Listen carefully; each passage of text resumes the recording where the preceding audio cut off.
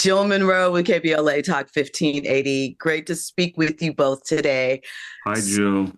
Hi. So, starting off, these two gentlemen seem to have different approaches to law enforcement, but maybe a little bit more of a connection under the surface. I'll start with you, Eric. Can you tell me a little bit about Nathan and what his thoughts are about Mark and what attracted him to bringing him onto the task force? Well, there's actually a line in a scene that explains why I brought him onto the task force, and that's uh, maybe the best investigators are the ones that leave their teeth in the bone, and that's the kind of investigator detective Mark Meachum is.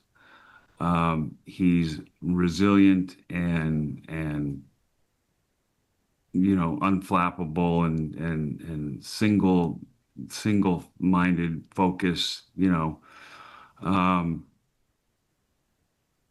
and determined.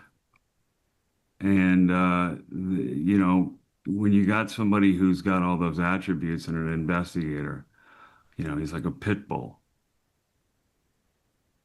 Jensen, what about you and your thoughts about Nathan and your impressions of him? Um, as far as Mark goes, I think he's always a little unsure and a little unsteady with the people that are making the calls for him.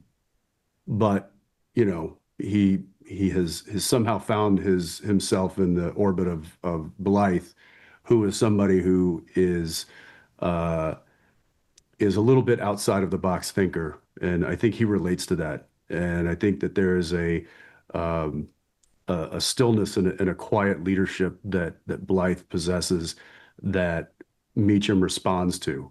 Um, and he's somebody that he wants to run plays for. He's somebody that he wants to score for and to win. Maybe it's a big brother something relationship type thing, but I think they kind of find a little bit of each other in each other.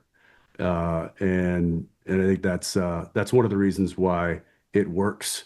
And I think partly the reason that Blythe asked Meachum to come back. There is a bit of a tension, a bit of a struggle, and a bit of a butt heads there, but I think it's just two strong-willed men who have their idea of what it takes to get the job done. And I think because of that will, there's a lot of respect built between the two of them. So for Meachum, when we meet him, he's deep undercover. Are we going to get to see him be able to adapt to having to kind of share space with others? Because he says undercover, he's a lone wolf, but I think that extends to how he works as well.